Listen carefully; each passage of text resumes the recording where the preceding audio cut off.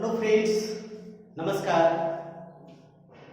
मैं आप सभी को आज क्लास 12th ज्योग्राफी सब्जेक्ट के अंतर्गत अध्याय 5 जो कि हम लोग लगातार वीडियो आप सभी के लिए प्रोवाइड करवा रहा हूँ। ये जो है चैप्टर 5 में प्राथमिक क्रियाएं, लंबा चैप्टर है। इसके पहले मैंने प्राथमिक क्रियाओं से संबंधित आखेट एवं संग्रहण और पशुपालन या पशुचारण के बारे में बताया। आज हम लोग चलेंगे कृषि। कृषि भी एक प्रकार की प्राथमिक क्रिया है, आप लोगों को पता होना चाहिए। तो आज हम लोग देखते हैं प्राथमिक क्रियाओं के अंतर्गत कृषि, एग्रीकल्चर, और ये बहुत ही ज्यादा इंपॉर्टेंट है। इसे आप अंत तक जरूर देखिएगा। दोस्तों, यदि आप मेरे YouTube चैनल को सब्सक्राइब नहीं किए हो तो सबसे पहले आप मेरे YouTube channel study with Ajay Patel sir को सब्सक्राइब कर लें और बेल आइकन को प्रेस कर लें, जिससे कि कोई भी वीडियो मैं डालूं तो उसका नोटिफिकेशन आप तक पहुंच सके। आइए दोस्तों, लोग चलते हैं कृषि। फ्रेंड्स, कृषि का सामान्य अर्थ क्या है? अगर बोला जाए व्यापक अर्थ में देखा जाता है, कृषि का मतलब खेती के साथ साथ पशुपालन से होता है।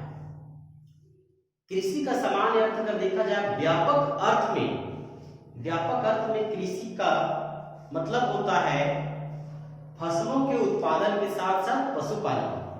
लेकिन यदि संकुचित अर्थ में देखा जाए तो कृषि का अर्थ होता है विभिन्न प्रकार के फसलों का उत्पादन।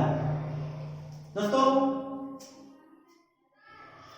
कृषि जो है हम लोग उसको लगभग 9 प्रकारों में डिवाइड करते हैं, जिसके तहत हम लोग देखते हैं कृषि के प्रकार में पहला है निर्वाह कृषि, दूसरा है रोपण कृषि, तीसरा है विस्तृत अनाज कृषि, मिश्रित कृषि, डेयरी कृषि, भूमध्य सागरीय कृषि, अंगूर की कृषि, उद्यान कृषि और कारखाना कृषि। लेकिन हम लोग को जो सबसे इंपॉर्टेंट है वो है निर्वाह कृषि। आइए हम लोग देखते हैं निर्वाह कृषि के अंतर्गत ये निर्वाह मतलब क्या होता है? डिपेंड रहना उस पर, उसी से अपनी आर्थिक स्थिति को मजबूत करना, है ना। निर्वाह कृषि को हम लोग 2 भाग में बांटते हैं दोस्तों।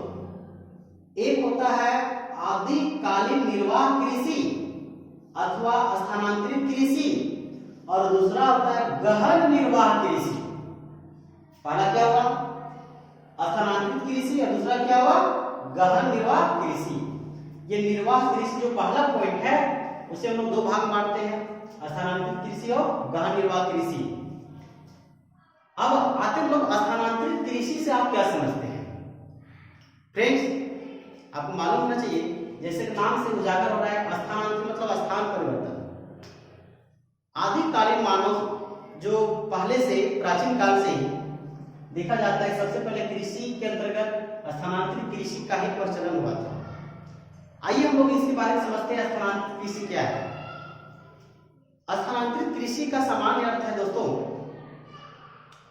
कि पेड़ पौधों की कटाई करना, यानी जंगलों को काट करके जो कटा हुआ जो पेड़ पौधे होते हैं, जो वनस्पतियां होती हैं, उसे जला दिया जाता है, और जलाने के पश्चात जो उसका अवशेष बचता है, यानी जिसको हम बोलते हैं राख, उसका उपयोग वे लोग मिट्टी में करते हैं, मिट्टी को उर्वरा बनाने के लिए खाद के रूप में करते हैं।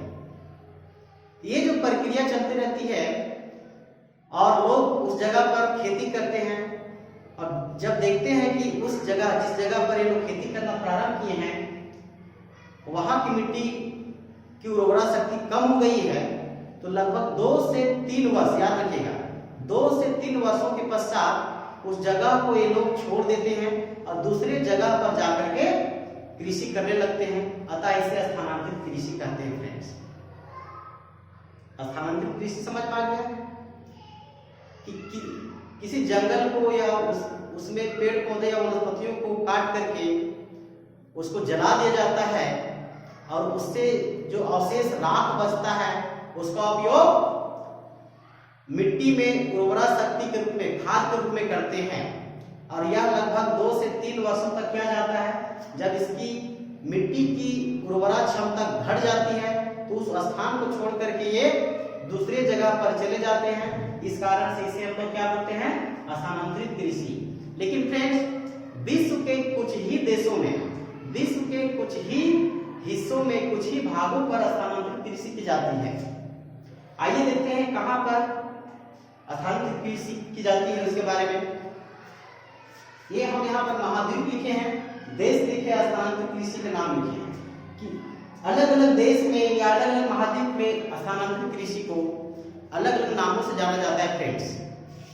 जैसे देखते हैं लोग महाद्वीप में मध्य अमेरिका, मध्य अमेरिका का एक देश है मैक्सिको।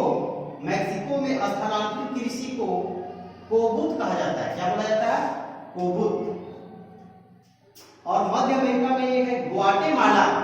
ग्वाटेमाला जो देश है वहां पर मिल्पा कहा जाता है, मिल्पा कहा जाता है फ्रेंड्स, किसको, स्थानांतरित कृषि को।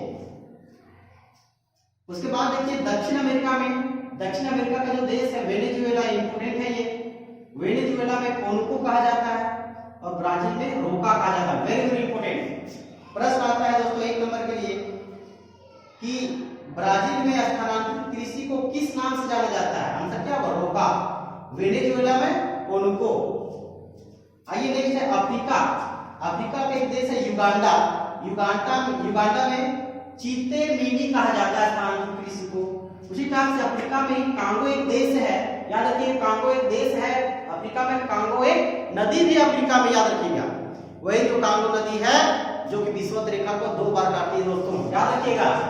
विषुवत रेखा है ना, कांगो नदी इस तरह से बह करके जाती है, एक बार नीचे आती है, एक बार ऊपर चली जाती है। तो कौन ऐसी नदी जो विषुवत रेखा को 2 बार काटती है, आंसर याद रखिएगा, कांगो नदी। कांगो एक नदी भी है, कांगो एक देश भी है अफ्रीका में। तो कांगो देश में स्थानांतरित कृषि को क्या बोला जाता है, देखिए मासोल। क्या बोलते हैं लोग, मासोल। अब आइए हम लोग अपना जो एशिया महाद्वीप है, एशिया महाद्वीप में देखिए वियतनाम और लाओस में, वेरी वेरी इंपोर्टेंट, वियतनाम और लाओस में स्थानांतरित कृषि को क्या कहा जाता है, रे कहा जाता है, रे। वियतनाम में रे, लाओस में भी रे। म्यांमार, जिसको लोग बर्मा बोलते थे, म्यांमार में तुंगिया कहता है, तुंगिया, तुंगिया। श्रीलंका में चेन्ना, ये भी इंपोर्टेंट याद रखिएगा। मलेशिया में लदान, ये भी बहुत बार पूछा है। मलेशिया में स्थानांतरित कृषि को क्या कहा जाता है, लदान, लदान। और श्रीलंका में चेन्ना। थाईलैंड में तमराई, थाईलैंड में क्या बोलते हैं दोस्तों, तमराई। और भारत में बहुत सारा नाम है। भारत में देखिए खास करके उत्तर पूर्वी भारत, इंडिया का नक्शा पर जाने उत्तर पूर्वी भारत, उत्तर और पूर्वी, उत्तर पूर्वी भारत में झूम बोला जाता है। स्थानांतरित कृषि को झूम बोला जाता है। झूम की खेती आप लोग करते होंगे, झूम के लोग नाच करते हैं, खेती करते हैं। तो भारत के उत्तर पूर्वी हिस्सा में झूम बोला जाता है। अच्छा, पौडू कहाँ बोला जाता है, भारत के आंध्र प्रदेश, याद रखिएगा, आंध्र प्रदेश में पौडू बोला जाता है।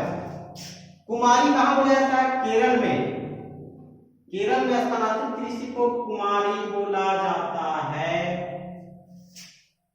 दीपा कहां बोला जाता है, दीपा मध्य प्रदेश में।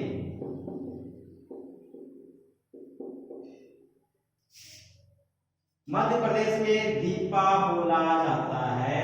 किसको, स्थानांतरित कृषि को। खल्लू का मतलब है, वेरी वेरी इंपोर्टेंट, खल्लू झारखंड में, झारखंड में खल्लू कहा जाता है। ये इसको इंपोर्टेंट कर लीजिए। झारखंड में स्थानांतरित कृषि को क्या कहते हैं, खल्लू, है ना। ये हम लोग स्थानांतरित कृषि का के बारे में कुछ देखें। अब आइए हम लोग नेक्स्ट चलते हैं गहन निर्वाह कृषि के बारे में। फ्रेंड्स, गहन निर्वाह कृषि के बारे में जब देखा जाए तो गहन निर्वाह कृषि हम लोग, अच्छा ये जो गहन निर्वाह कृषि और ये जो निर्वाह कृषि के अंतर्गत हम लोग पढ़े अभी आदिकालीन निर्वाह कृषि। ये जो स्थानांतरित कृषि या फिर आदिकालीन निर्वाह कृषि जो होता है ना, ये कम क्षेत्रों में होता है। इसका प्रति हेक्टेयर उत्पादन बहुत कम होता है ना।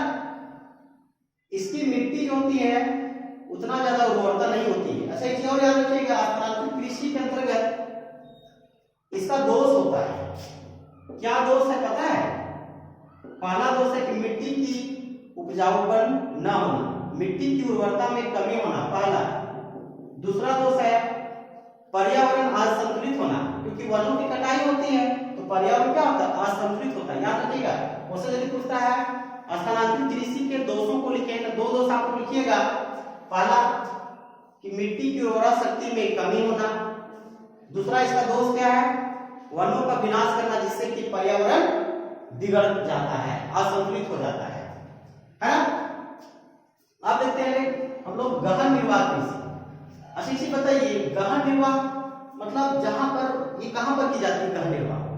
खास करके हमारा जो एशिया महाद्वीप है ना, एशिया महाद्वीप के दक्षिण पूर्वी हिस्सा में, दक्षिण पूर्वी हिस्सा में क्या, जैसे हमारा इंडिया आता है, भारत पाकिस्तान, जो घनी जनसंख्या वाला जो देश है, भारत पाकिस्तान हो गया आपका, बांग्लादेश हो गया, जापान हो गया। याद रखिएगा, भारत पाकिस्तान बांग्लादेश जापान, इन देशों में गहन निर्वाह कृषि की जाती है फ्रेंड्स। अब देखते हैं गहन निर्वाह कृषि जो है इसको हम लोग 2 पार्ट्स में बांटते हैं। एक है चावल सहित गहन निर्वाह कृषि, दूसरा है चावल रहित गहन निर्वाह कृषि। दोस्तों, चावल सहित गहन निर्वाह कृषि का मतलब क्या हुआ कि चावल सहित मतलब चावल का उत्पादन ज्यादा बने। वैसे क्षेत्र, जिन क्षेत्रों में जो प्रधान फसल है, मुख्य फसल चावल होती है, उस क्षेत्र को चावल प्रधान क्षेत्र या फिर चावल सहित गहन निर्वाह कृषि कहते हैं, है ना फ्रेंड्स। आप लोग देखते होंगे चावल सहित मतलब वैसे क्षेत्र जहां पर चावल का उत्पादन बहुत ज्यादा मात्रा में किया जाता है, वहां पर क्या उसकी विशेषता होती है? पहला हम देखते हैं कि वहां पर वर्षा पर डिपेंड रहना पड़ता है, जो वर्षा होती है वर्षा पर निर्भर रहना पड़ता है। दूसरा आप देखिएगा यहाँ ऐसी इस प्रकार की मिट्टी की उपजाऊ थोड़ा कम होती है। तीसरा आप लोग देख सकते हैं कि मशीनों का कम से कम उपयोग होता है, मशीनीकरण जो खेती होती है उसका कम से कम उपयोग होता है। अब हम लोग देखते हैं इसमें चावल रहित में, जैसे हम लोग अभी देखें कि चावल सहित और चावल रहित। चावल रहित के अंतर्गत चावल के स्थान पर गेहूं, सरसों, जौ, मक्का इत्यादि फसलों का ज्यादा उत्पादन होता है फ्रेंड्स। अब यहाँ जो चावल रहित है मतलब कि धान को छोड़कर जो गेहूं का उत्पादन किया जा रहा है, तो आपको पता होना चाहिए इसके लिए ये वर्षा पर तो डिपेंड नहीं रहेंगे, इसके लिए अलग से सिंचाई करना पड़ता है ना, पानी की आवश्यकता होती है। ये लोग अपना जो कृत्रिम तरीके से सिंचाई की सुविधा अपनाते हैं। दोस्तों, अभी हम लोग देख रहे हैं कृषि से संबंधित कृषि के प्रकार में वो है निर्वाह कृषि। अब हम लोग देखते हैं कि रोपण कृषि, विस्तृत अनाज कृषि, ये जो है इसके बारे में 1-2 लाइन हम लोग पढ़ेंगे, लेकिन आज हम लोग यही एंड करते हैं, नहीं तो फिर थोड़ा सा लंबा हो जाता है टॉपिक और दिक्कतें होती हैं। इसलिए इसका जो अन्य जो भाग है, और इसके बाद हम लोग नेक्स्ट वीडियो हम लोग पढ़ेंगे कृषि का जो संगठन के आधार पर कृषि का प्रकार 2 प्रकार का होता है उसके बारे में, और कृषि को प्रभावित करने वाले प्रमुख कारक हैं कौन कौन है, इसके बारे में हम नेक्स्ट वीडियो में पढ़ेंगे। आप हमारे वीडियो अंत तक देखिए, इसके लिए बहुत बहुत धन्यवाद फ्रेंड। यदि आप मेरे चैनल को सब्सक्राइब नहीं किए प्लीज सब्सक्राइब कर लें।